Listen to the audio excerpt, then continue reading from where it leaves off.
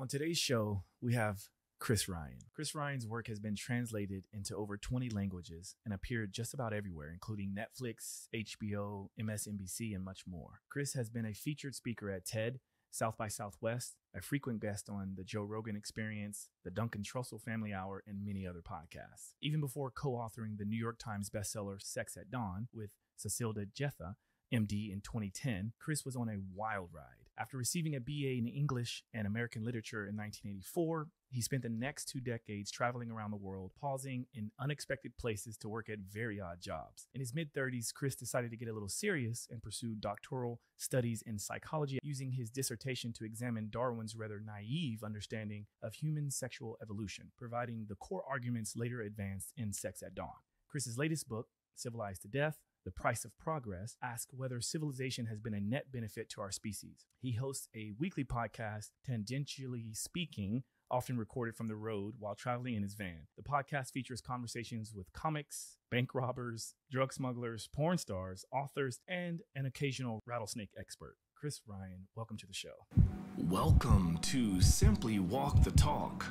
Our bodies and minds adapt to what we do most of the time. If you want to change your body and mind, you must change what it is you do most of the time. This podcast explores all things health, wellness, fitness, lifestyle, and biohacking. Stay tuned as we explore various thoughts, methods, and experiences from a multitude of conversations between our interesting guests and experts through many fields of work. Sit back, relax, and enjoy the show. Simply walk the talk.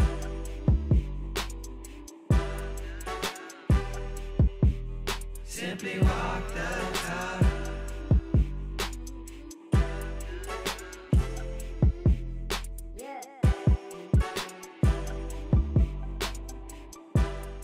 Thank you. Great to be here, Josh. Yeah. So I must say, first and foremost, shout out to my friend, Dr. Shaker Pie, for introducing us. And when he first mentioned that, we might be able to get you onto the show, I was really excited because your book, Sex at Dawn, really has been like pivotal in my life, in my career. It was something that sparked lots of thought and lots of questions and comments around why we stray, why we mate, why we as humans do what we do. And so I was just beyond thrilled to be able to speak with you. And then I've recently gotten your new book, Civilized to Death, and I've started reading it. I haven't finished it yet, but I look forward to talking about that as well. So I would love to just kind of talk about your background and maybe explain to the audience who you are and how you got to where you are today. Well, I'm 61, so that could take the whole hour, if I did a minute per year. I guess I have an unusual background for someone who's talking about books and research and all that, because for most of my life, I wasn't doing this. I was traveling and adventuring and just kind of hanging out. What happened was I was in college and studying literature, as you mentioned, in upstate New York. And I kind of figured out a loophole in the rules that meant that I could skip my junior year, but still graduate on time. And I thought, well, that's cool. And I went to my parents who were paying for my college. And I said, look, what if I skip next year, and would you guys give me a little money, cause I'm going to save you a lot of money. And they were like, okay, we'll give you what we would pay for your room and board. Right. And the tuition we keep. Right. So I took that. So that was a few $1,000. And, I thought, okay, I'm going to go to Alaska, and I want to see a frontier. I had this idea, there are almost no frontiers left, right? And so Alaska is a frontier. So this was 1983. I hitchhiked from upstate New York to Seattle. And from Seattle, I got on this ferry up the Inside Passage. And then I hitchhiked from Skagway. Was it Skagway or Haines? I forget. I did it twice. Up through the Yukon, over to Fairbanks, and then down to Kenai. And I got a job in a cannery, gutting fish for a few weeks, salmon, and basically made, how much was it? $9,000 or something. I was living in a tent. I was working 16 hours a day. Anyway, I did that. And that was this crazy adventure where all kinds of things happened that really changed my vision of what I wanted my life to be. Because at the time I did this, I was like full bore academic. I was going to get a PhD, and I had a friend who was a professor at Oxford, and he was like going to hook me up at Oxford, and I was going to, teach literature and, be tenured at Princeton by the time I was 30. Like that was the dream I had. And I went on this crazy adventure to Alaska and I met all these people who were just fantastic people, really smart, really competent. Like, I remember this one guy picked me up. He took me to his house. I met his wife and his kids, and he had these dogs, and they gave me dinner and let me sleep in the, living room. And I was looking around and it was like, this guy doesn't know who Nietzsche is. And I've got like about half the weight in my backpack was my collected poetry of D.H. Lawrence and, all this essays and all this stuff that was so central to my identity, all this sort of intellectual stuff. And here's this guy, doesn't know any of this stuff, doesn't give a shit, but he built his house. He knows how to fix his car. He's got this awesome wife who clearly loves and respects him. His kids are cool. Like, his dogs are cool. Like, everything in his life works, and he's happy, but he's not an intellectual. And I look back at my friends at the university who were intellectuals, and they were miserable, and they didn't know how to do anything, and they were totally helpless in the world. But they were super smart, and they had their PhD from Yale, and their friend taught at Harvard, and all this kind of stuff. And I looked at my life and I said, I'm going down the wrong road here. Like this, I love literature. I still love literature. I love to read. I love to write. But I want to live. I don't want to read about living, So anyway, that trip, I was like 19 years old, something, maybe 20. And that was it. That was like, okay, I want to spend the next 10 years of my life until I'm 30 living, just traveling and seeing what I can see. And then when I'm 30, I'll figure out what I'm going to do in this life. So I remember I was sitting on the bluff in Kenai and I said, okay, until I'm 30, I'm not going to get married. I'm not going to have a career. I'm not going to go to graduate school or medical school or anything else. I'm not going to make any commitment to anything because I don't know what the fuck I'm doing. So I'm going to spend 10 years figuring out what this world is, and then I'll decide. So that's been my life plan, and that's kind of how it worked out. Wow.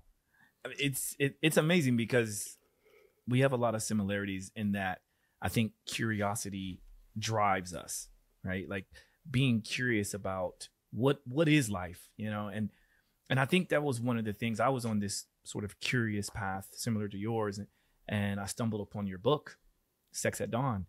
And, it's like when I go to Amazon or whatever, I read some of the things about it. It says it's a controversial, idea-driven book that challenges everything you think you know about sex, monogamy, marriage, and family. And that hooked me right away because I always knew, I grew up in Oklahoma, so I'm an Okie. And I grew up in a very, very small town. And my father was the chief of police. And, we had this very normal family. And then at one point, my mom and dad separated. And so then we went down another normal path, right?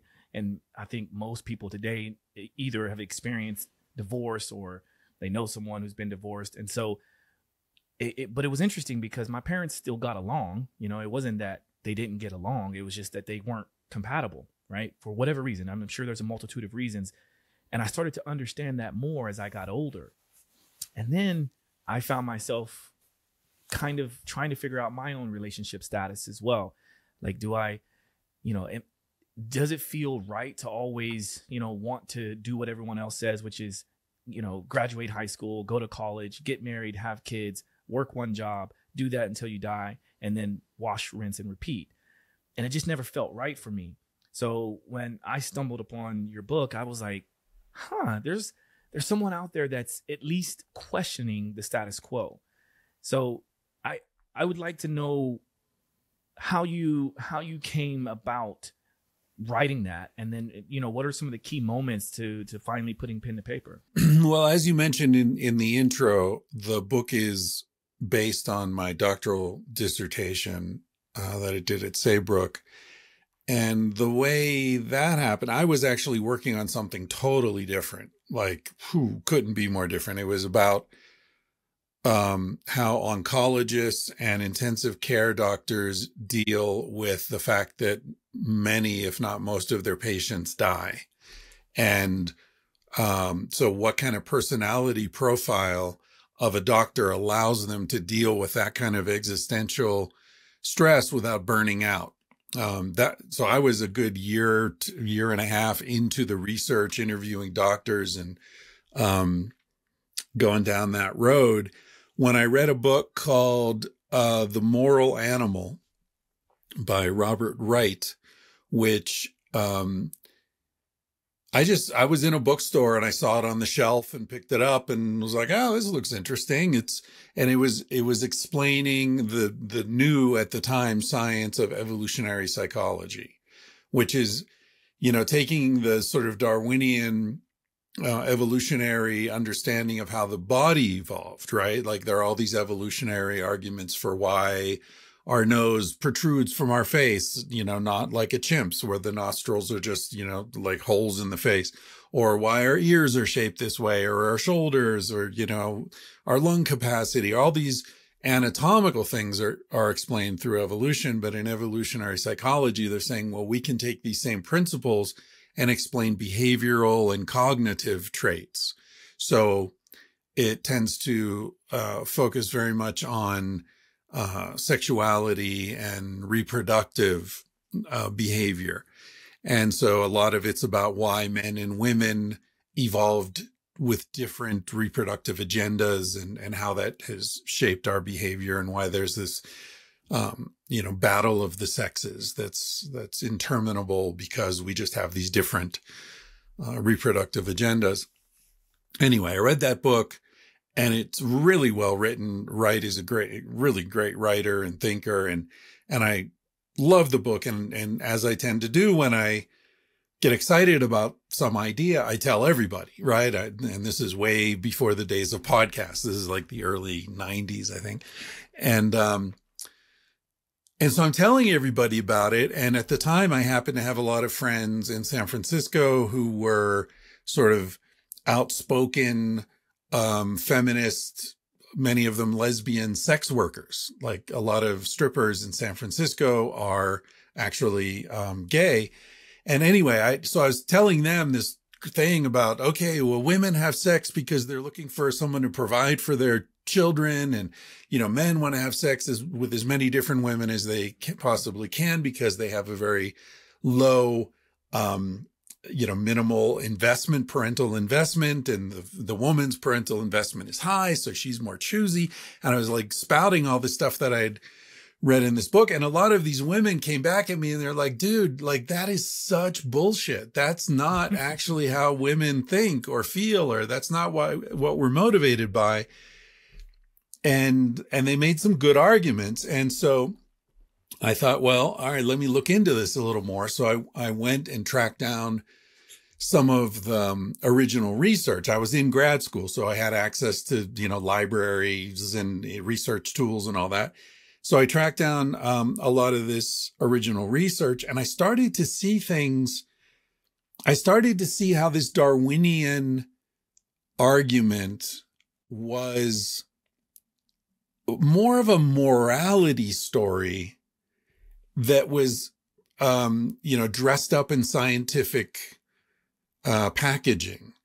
But it wasn't really following the science very closely. So, for example, there's a lot of talk about how humans have the same traits as chimpanzees in terms of violence and, infanticide and organized warfare and all the primate origins of all these things. But at that point, I had never heard of bonobos. Bonobos weren't being discussed in the public realm at all. Primatologists knew about them, but the public, they weren't spoken about because they were embarrassing, because they're hypersexual and they sort of undermine all these Hobbesian notions of human nature. And the fact is that humans are equally related to bonobos and chimps. So here's all this stuff about chimpanzees and humans, similarities to chimpanzees, but there was no discussion of bonobos. So as soon as I started reading about bonobos, immediately my curiosity was piqued. And also I was pissed off because I had just read this book that makes all these arguments and totally leaves out the counter argument, right? Yeah. It's like, oh yeah, humans are violent. Humans, males dominate females, and you have to be careful of other males because they'll murder the babies, and all this rape is a natural part of being a primate. Sorry about the bad news, but that's just the way it is, folks. I remember reading a book, Randy Thornhill. It was something about, the evolution of rape as being like a normal kind of evolutionary influence on human behavior. Anyway, they left out the bonobos. And I'm like, how can you leave out half the argument and present this as science? You're leaving out half the evidence, right? Yeah. Yeah. So that really pissed me off. And that sort of motivated me to dig into this deeper and deeper. And I got into anthropology, and it's like, wait a minute, there are all these hunter-gatherers who don't even know that sex causes babies, right? Why would they? Like, people are fucking, people get pregnant. Why would you connect the two, right? It didn't really make sense. And I'm reading all these accounts from missionaries and anthropologists and, first contact explorers about how relaxed these people, hunter-gatherers and North American Indians and people all over the world, how relaxed they are about sexuality, how there's no sense of sin. There's no sense of ownership, that the men own the women and possess, and, you can't have sex with her because she's mine. And it's totally foreign to these societies.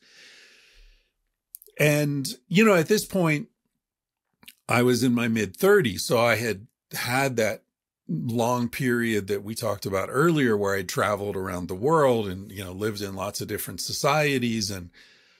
And I had seen firsthand that, like, the range of possibility of human behavior and thinking was much wider than most of us think, right? Most of us just take what we consider to be normal and we project it out and assume everyone is more or less the same. And in some ways we are. We're all human. We all have human desires and fears and all that. But when it comes to something like sexuality, the range of possibility is much larger than most of us think.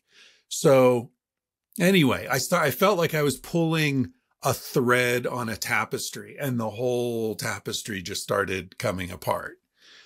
And that was really exciting intellectually, because I thought, this cancer work that I was doing with the oncologists and was, I thought, really important, but it was depressing as hell. And it wasn't, I don't think I had the right personality for that.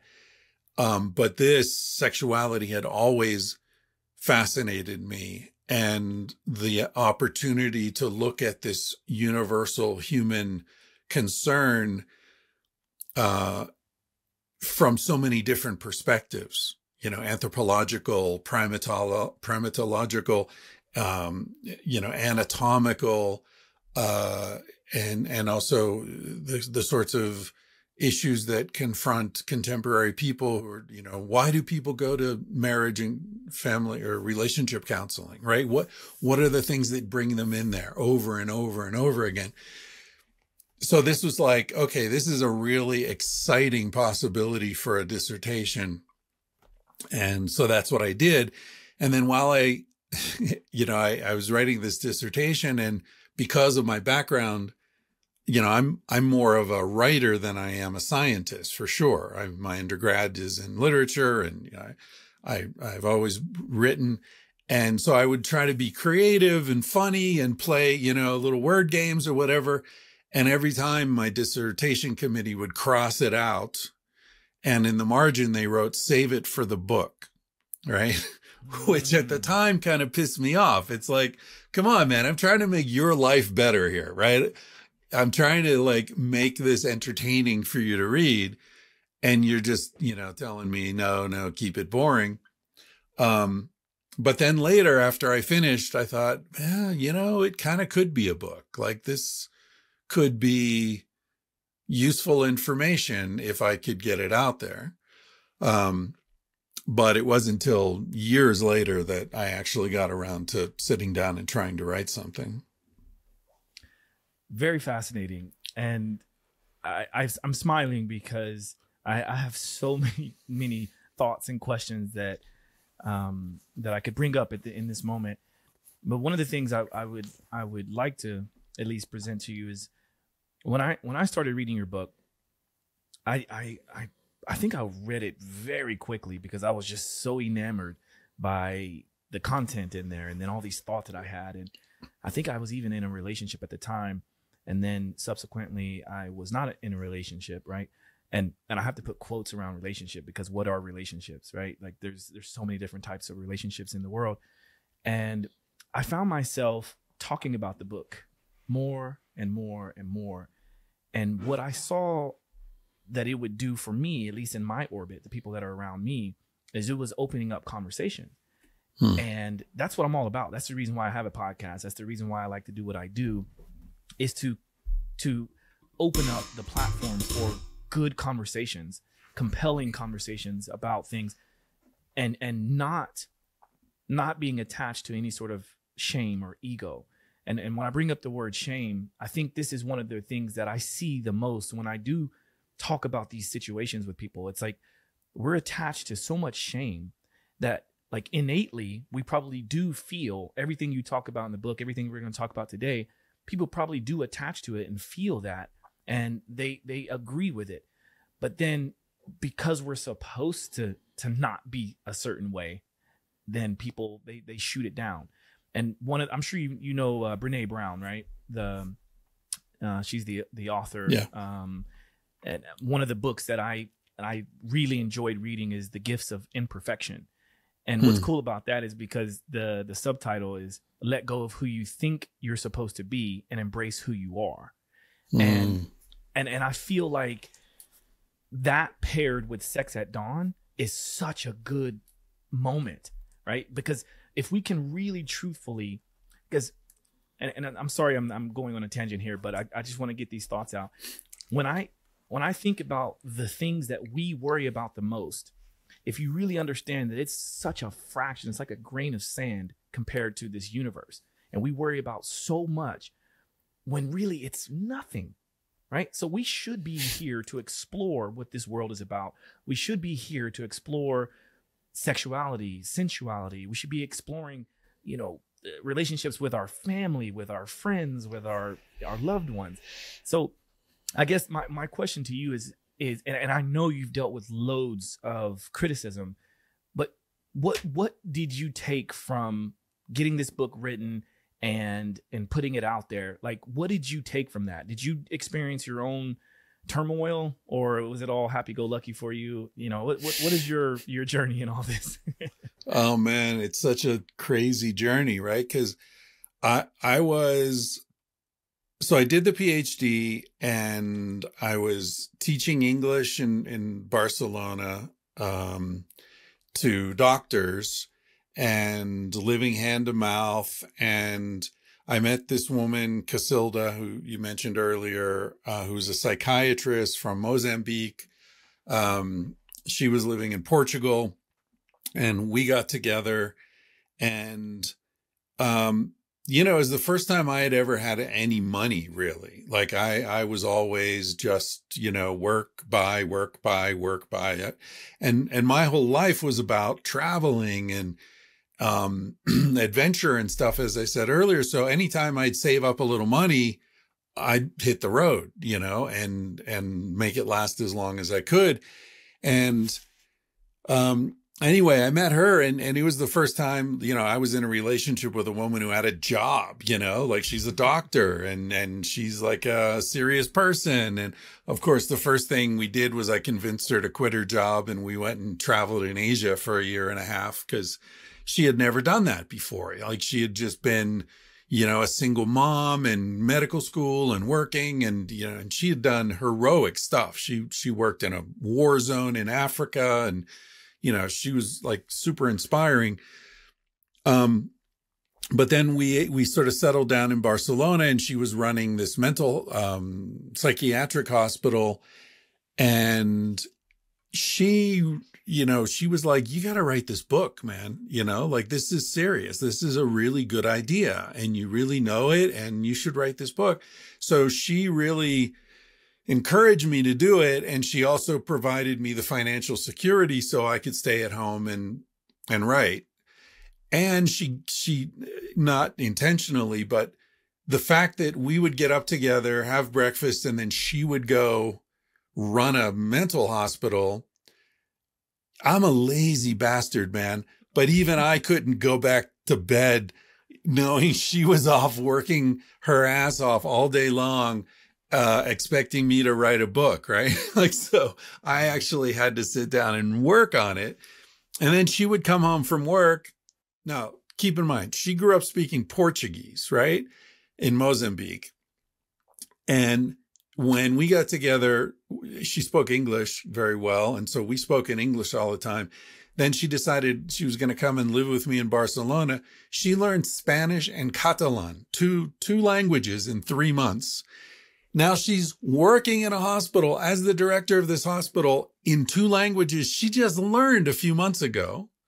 Wow. And then she comes home from work, sits down, and reads what I've written that day in English and gives me feedback on, oh, you might want to look into this, or, in Africa, that's not the way people think. And, this seems more culturally nuanced this way or that way.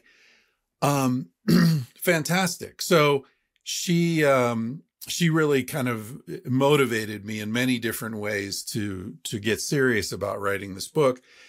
I didn't know anybody in publishing. I didn't have an agent. I was like totally isolated from that world. So I thought there was a very small chance this would ever get published at all. And I don't know, I don't want to take up all our time talking about that journey, but it's been incredible because basically what happened was I sent out some query emails to some agents in New York, to 20. I sent them out on a Thursday night, I remember, and I was like, they're all going to say no. But maybe 1 or 2 of them will say, I think you should, contact so-and-so. He might be interested, or maybe you need to think about shaping it more this way or that way. I sent out these emails, and by Monday morning, 18 of the 20 were offering to represent me. And some of them were even like, we'll fly you to New York. We want to meet you. We want to introduce you to so-and-so. Like it was, in one weekend, it went from no one is ever going to even answer me to 18 agencies want to work with me. Like, holy shit, this is crazy. So yeah, that began a strange chapter in my life that continues. It's calmed down a lot, but, yeah, I went from teaching English in Barcelona for 20 euros an hour to giving TED Talks and, having my stuff in the New York Times and CNN and, like being on Netflix and everywhere. HBO, all these producers want to do a TV series, and I'm going to be the Anthony Bourdain of sex. And there's like all this crazy stuff happening. But what was really, I think, unique about it is that I was like 40 when this happened. So it wasn't like something that was going to shape my personality, right? Like I was already who I was. And then suddenly, publishers are throwing money at me, and I'm getting represented by United Talent Agency in LA, and I'm going to meetings in these crazy Hollywood studio offices, but for me, it was like all a big accident. It was just ridiculous, like meeting these famous people and going to these parties. And I was just like, I'm not supposed to be here, right? Like I never really wanted to be famous. I didn't try to be famous. This just fell out of the sky. And so here I am. But it's all kind of silly and ridiculous, Well, I think it goes to show just how important the content and the context of what you wrote. I think it goes to show just how important that is, because obviously, there's people that probably are reading this book in the dark, alone by themselves, maybe ashamed to be on the subway reading it. Right? Yeah.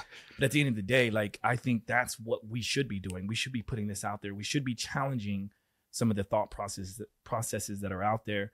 And I must say, like, kudos to Cacilda, because I think if that had been a different person, someone that maybe is a little bit resentful for the fact that she was supporting you and working and you're at home doing quote unquote nothing, I think it would have been a very different book, right? And so there would have been no book.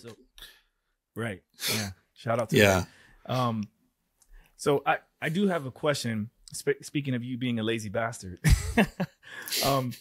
when there are moments in which you've been maybe sat still or lying down for long periods of time, is there anything that you do to sort of get you out of that? Maybe it's to spur a new thought or a new piece of content. Is there anything that you do to get out of those moments of sedentary lifestyle?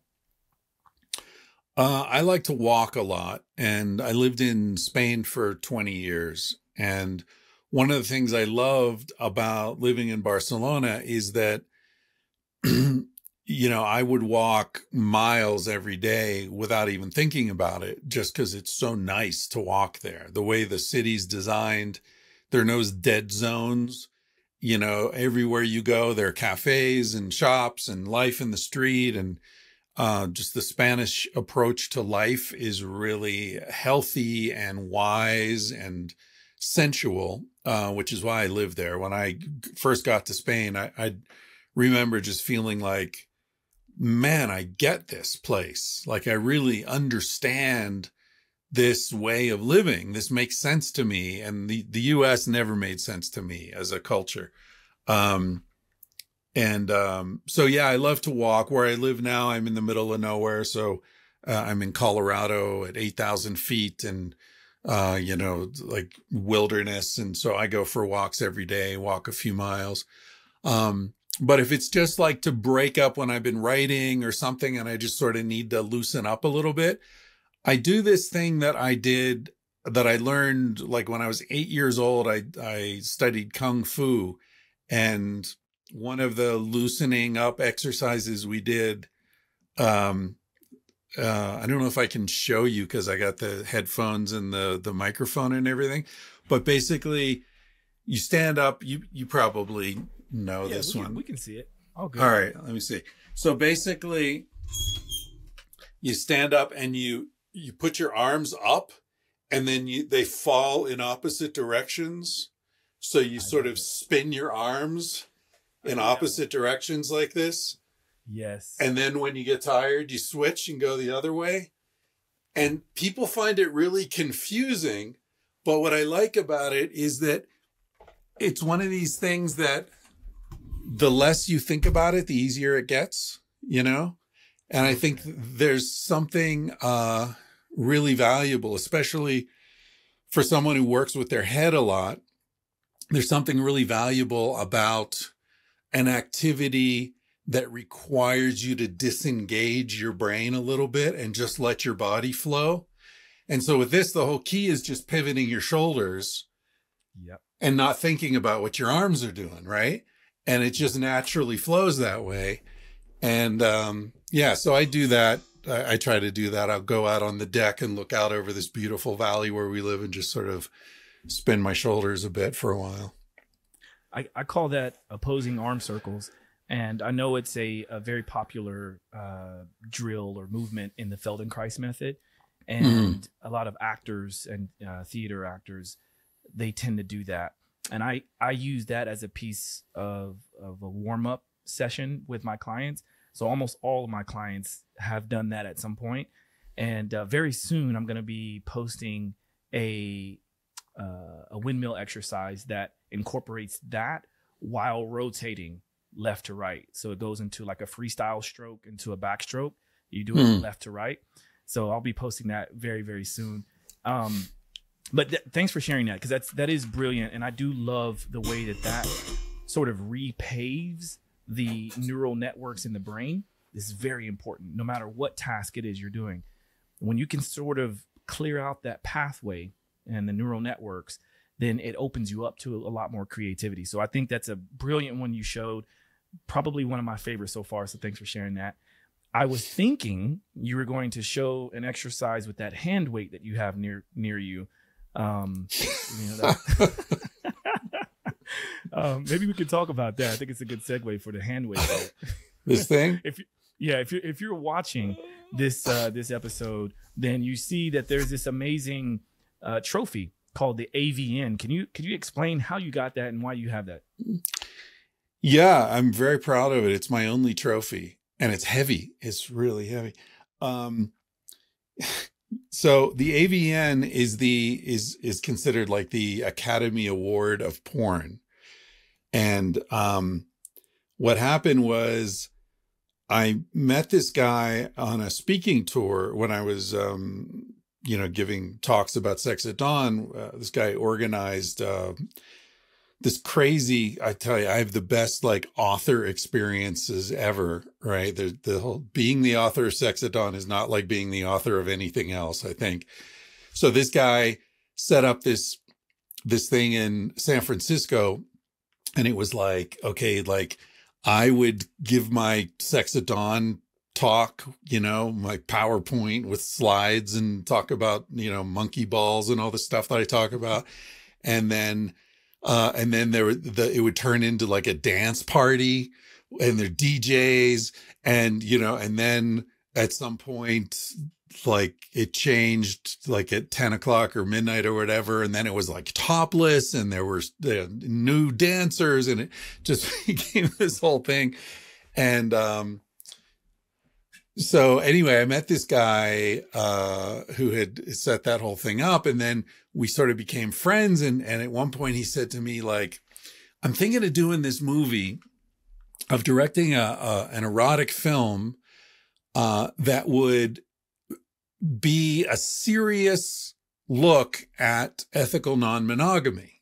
So it would have sex in it. So it's a porn film, but it's a full-length feature film with character development and, quality filmmaking. And I got money from, I think Adam and Eve is the company. They make sex toys and stuff, and like they're funding it. And so, he ended up making this film. It's called Marriage 2.0. And the idea is, and it's starring famous porn stars, India Summer, and I forget who Nina Hartley's in it, who was in Boogie Nights, serious people in that world. Anyway, the idea of the film was that this couple is having difficulties in their relationship, and they decide that they want to stay together, but they want to open up their relationship and have sex with other people, but they want to do it consciously and honestly. And in the course of doing that, the woman, played by India Summer, is a documentary filmmaker. And so she decides she wants to make a documentary where she interviews people who have written books about sexuality. And I'm one of those people. So she interviews me in this kind of movie within the movie about sex at dawn and monogamy and human sexual evolution and all that. And then we have a scene, like she starts crying in the middle of our interview, and she sort of leaves the set. And then the next scene is I'm in the kitchen with her, and and we're talking, and she's saying, I'm sorry, it's just that I'm going through this thing and I don't know what to do. And so we're sort of having this heart-to-heart conversation in the kitchen. Anyway, so I play myself in this film, and then, he finishes the film and it comes out. And then I get this email one night. Someone's like, hey, dude, you're nominated for an AVN award. And I was like, what's an AVN award? Like, yeah, it's the Oscar of porn. And, you're, and I forget the list of the other nominees, but, they were all these fake names, like, Dick Pounder and, Chocolate Thunder. Exactly. and then it's like Dr. Christopher Ryan, PhD. And then they had the thing in Vegas, and I won, and they sent me this trophy in 2016. But my favorite thing about it is the category that I won for is best non-sex performance. Yeah. There you go. Stimulating that mind. Stimulation. You win a porn award for best non-sex performance. It's like I don't know. It's like a an athletic like most awkward athletic competition. Like the guy who doesn't get laid still wins an award. So where I thought you were headed with that, I'm glad you pointed out the fact that it was best non-sex, in a porn. I thought when you were having that heart-to-heart conversation in the kitchen, it was going to go into the bow chicka bow bow. Oh man, up against the fridge, baby. Right. Yeah. Well, that's impressive. Honestly, I think it's really cool, and I'm happy that there's things like this out there because it makes all of this fun. I think when you mentioned Cacilda initially, you mentioned that she was a very serious person, and I feel like we obviously have to have a number of serious moments throughout our life, especially when you're doing the kind of work that she was doing. But I also think that we can have fun with the serious things that we do in life. We can have fun with relationships. We can have fun with our work.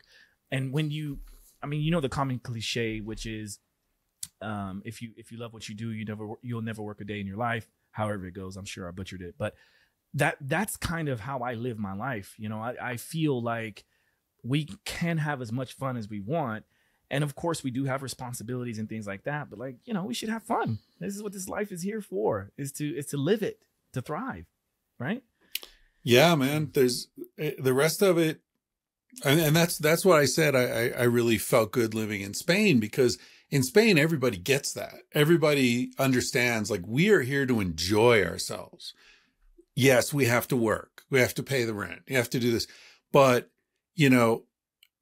I would say most people in Spain, if you said, look, if you work, you could work 60 hours a week and have a 5-bedroom house and 3 cars, or you could work 30 hours a week and have a modest apartment and 1 small car. Which would you take?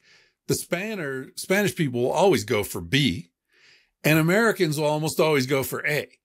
And to me, that's just a lack of wisdom. It's like, you think you're going to live forever? What are you going to do with that big house? What are you going to do with 5 cars? Just enjoy your life and have less. And, I agree with you. So, I mean, that's sort of what Civilized to Death is about. And, the next book that I'm thinking about writing is very much about that kind of thing as well. Like, you know, life is not about accumulating more. It's not about impressing other people. It's not about all this external bullshit that everybody's running around worrying about. It's how many sunsets have you watched? How many people have you loved? How many people have loved you? How much time have you spent just looking at the stars? You know, how many streams have you drank from? You know, it's like, these are the luxuries that we should really be concerned with, because the others are all just bait and switch. It's all to make money for someone else. And I think once you disengage from that and understand, like, you know, I'm surrounded by lies. Every advertisement is a lie, you know, or many lies. Then you can sort of step back and say, okay, what really matters? What really makes people happy, healthy? What really is important in a relationship? And that's why that's the only thing that really motivates me to write, is trying to relieve unnecessary suffering. And I think people are suffering greatly, and most of it is totally unnecessary. Yeah, what comes to mind for me is there's the idea of IQ, which is intelligence quotient, and then there's EQ, which is emotional quotient. But then I like to play around with the idea of life quotient. Like how much quality of life do you have? I think that's kind of what you're saying. At least that's how I perceive it. And it makes a lot of sense to me as well. And that's the reason why I wanted to dive into your book. Obviously, I knew I was going to have you on the show, so I wanted to explore a bit of your new book, Civilized to Death. I love the title. I love the subtitle. For those of you that are watching, we have that pulled up. It is Civilized to Death, The Price of Progress. And I feel like just the title and the subtitle alone should be enough to make you question, should I read this book? And I think the answer is yes. And obviously, I would love to, if we can keep in touch and maybe have you back on so we can dive into that more, because obviously we spent a lot of time today just, shooting the shit and talking about your first works. But I think before we wrap up, like, could you maybe kind of give a teaser or trailer into that book, maybe a little bit more than what you just discussed? Yeah, I think the idea of Civilized to Death, the germ of it was in Sex at Dawn. So what happened was, in writing Sex at Dawn, I realized I can't just talk about sexuality as if it were separate from the rest of life, right? Because it isn't. You can't talk about sexuality without talking about family, without talking about, power dynamics and even economics, and, all these things are interrelated. So in Sex at Dawn, I decided, just sort of in the middle, I would slip in a chapter, sort of looking at these sort of related issues. So economics, politics, family dynamics, how children are raised, diet, things like that, health, right? How old people are dealt with and all that. Because I'm talking so much about hunter-gatherer societies, I need to sort of flesh out the picture a little bit. But I thought it would be like, that people are going to be a little bored by this because they're reading this book because they're interested in the sexuality aspect. So it was kind of like, wrapping the pill up in the meat to give to the dog and kind of hope they won't notice it, but just it's good for them. But I was surprised when Sex at Dawn came out that a lot of people, commented like, hey, I really enjoyed the book. I wish there had been more about the family and the politics and the economics and stuff like that. That was really interesting. And you just sort of skimmed over it. So I thought, okay, the second book will be an expansion of that stuff, the aspects of hunter-gatherer life that we can apply to modern life and sort of look at modern life through the eyes of our ancestors. So that was the germ of the book. And then as I got into it, it became more of like a cost benefit analysis, right? Because one of the sort of most overwhelming propaganda points that we're all subjected to is this idea that civilization is just an incredible gift. And we should just be so fucking grateful for the gifts of civilization, for, the cures for diseases and the, how horrible everyone's life was until civilization. And then everything got so wonderful. And okay, there are still some issues and still some problems, but progress is undeniable. And, modern life is so great. And I had spent like a decade studying hunter-gatherers at this point, and I knew that this is a much more nuanced issue than we're being told. So I kind of wanted to present a more complete analysis of like, okay, in what areas is civilization actually a net positive, and in what areas have we been lied to? And it turns out that, man, the lies are everywhere. So, I mean, a very prominent example is almost everybody thinks our ancestors died at 35, right? So every time I'm at a fucking dinner party and I mention this book, the first thing I get is like, yeah, well, we've doubled the human lifespan. No, we haven't. No, we haven't. We are so much less healthy than our ancestors were 50,000 years ago. And our bodies are not designed for the life that we're living now. So, you hear all this stuff about, okay, so everyone died at 35. No, that's average age, life expectancy at birth. It's true that a lot of babies died, right? So mathematically, the average for every baby who's born, if half or 20% of them die before they're 10, that average works out quite low. But no human being has ever been old at 35, right? Hunter-gatherers routinely live into their 70s, even 80s. So this idea that everyone died at 35 is just nonsense. And, another aspect of it is, well, we've cured all these diseases. We have antibiotics and we have dentistry, if your tooth gets infected or whatever. Yes, but most of the diseases that we treat with those medications didn't exist for our ancestors. They didn't have tooth abscesses and wisdom teeth impacting other teeth. They didn't have all these issues. So it's almost like, it's like saying, well, thank God we have airbags. Yeah, but our ancestors weren't driving cars, so they didn't need airbags. It's a weird kind of argument.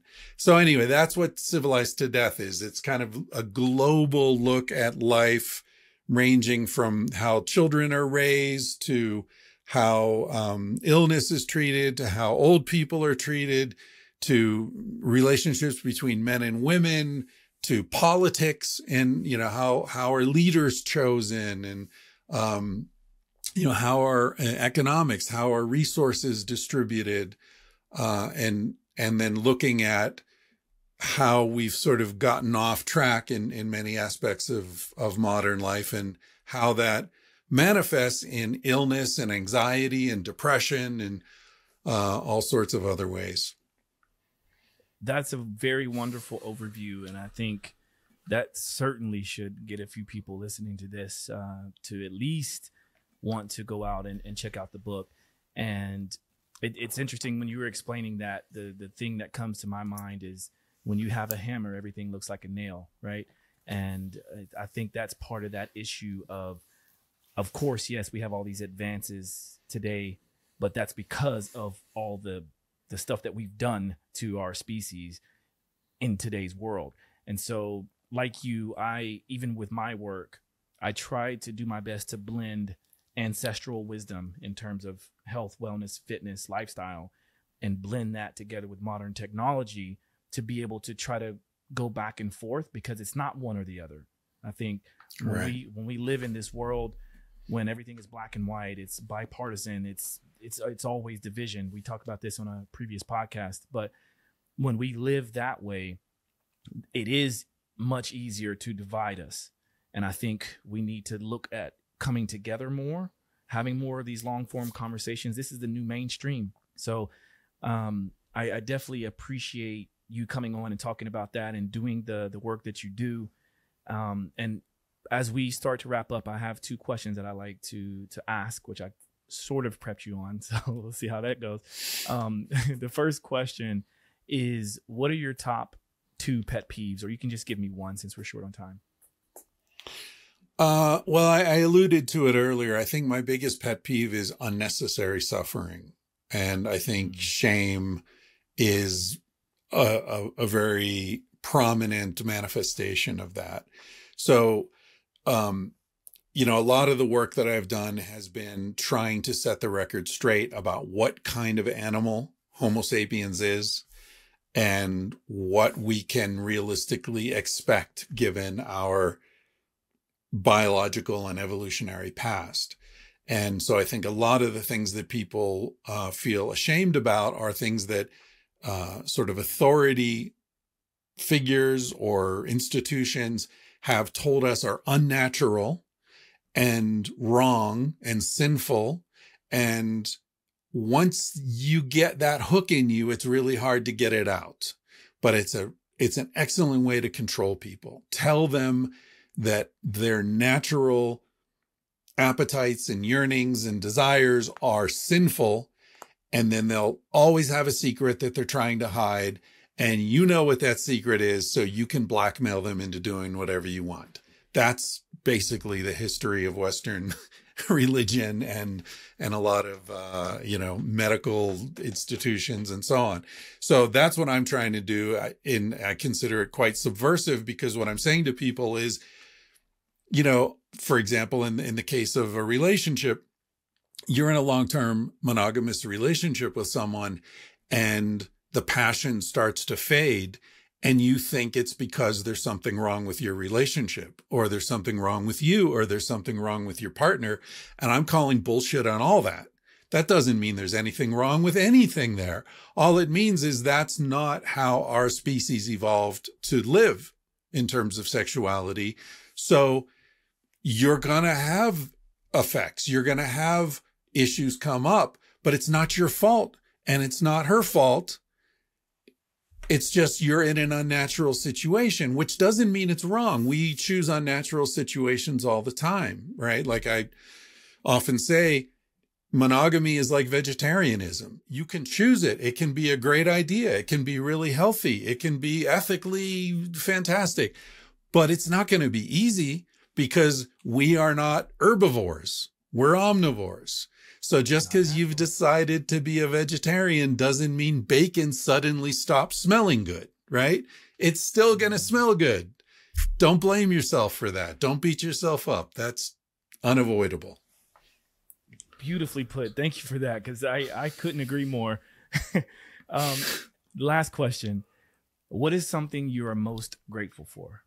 I'm grateful. There's a poem called The Grandeur of God by Gerard Manley Hopkins that I read when I was a teenager, and I think about it quite often.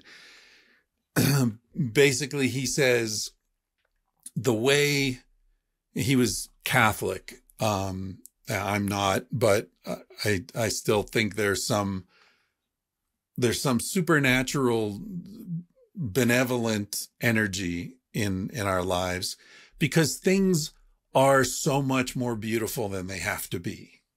And that's basically what he's saying in the poem. He's like, you know, I remember there's the phrase he says, even the necessary embrace of love as beautiful as fire, or something like that. In other words, he's saying like, okay, well, we're a sexually reproducing species, so it makes sense that it feels good, but it doesn't have to feel that good. You know, lots of animals exist without love, as far as we know, right? There's all this extra, you know, the sunsets don't need to be that fucking awesome night after night after night. You know, the stars don't need to be that amazing. So I just feel like he says, is it not by his grand superfluousness that we know our God? I just feel like things are much better than they need to be for the necessities of biology, right? So I try to focus on that. I try to really appreciate how good it feels to eat good food, and how just to smell good food, to feel hungry and then to feel not hungry, and to take a hot bath, and like these simple pleasures in life. I feel like that's what keeps it real. And I think I've learned a wisdom in just focusing on the simple, small, daily pleasures and not worry about grand ambitions. Beautiful. Thank you for sharing that. I've had a fabulous time chatting with you, and I hope that we can continue chatting and hopefully even bring you back on to talk more in depth about Civilized to Death and your newest adventure and a book that you're working on. If you could you let people know the best place to keep in touch with your work, keep in touch with you? If you could just let people know. Yeah, the best place is my Substack, and that's just chrisryan.substack.com. The podcast is there, occasional writing and monthly newsletters and, all that kind of stuff. And I do book club and I do a lot of stuff, and it all goes through Substack. So that's the best place. Beautiful. Well, as always, we will list all of the necessary information in the show notes. And if you guys have any questions, comments, or you want us to discuss something more in depth with Christopher Ryan, then please let us know. And thank you for your time, Chris. I mean, this has been a huge, huge honor for me. And hopefully we chat again soon. Yeah? Yeah, I hope so. I had fun. Thank you. All right. This is Josh signing off from Simply Walk the Talk. Until next time, peace.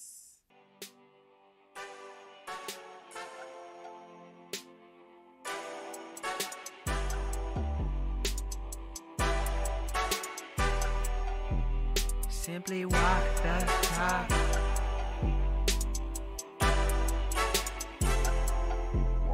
Walk the talk, talking facts. Move like me, but I move a little fast. Make my move, here to last. Fasten these seat belts, I'm coming past. Take care of me, longevity. Hack my biology, better believe. Walking the talk, soul, mind, and body connected. Better come give us a listen.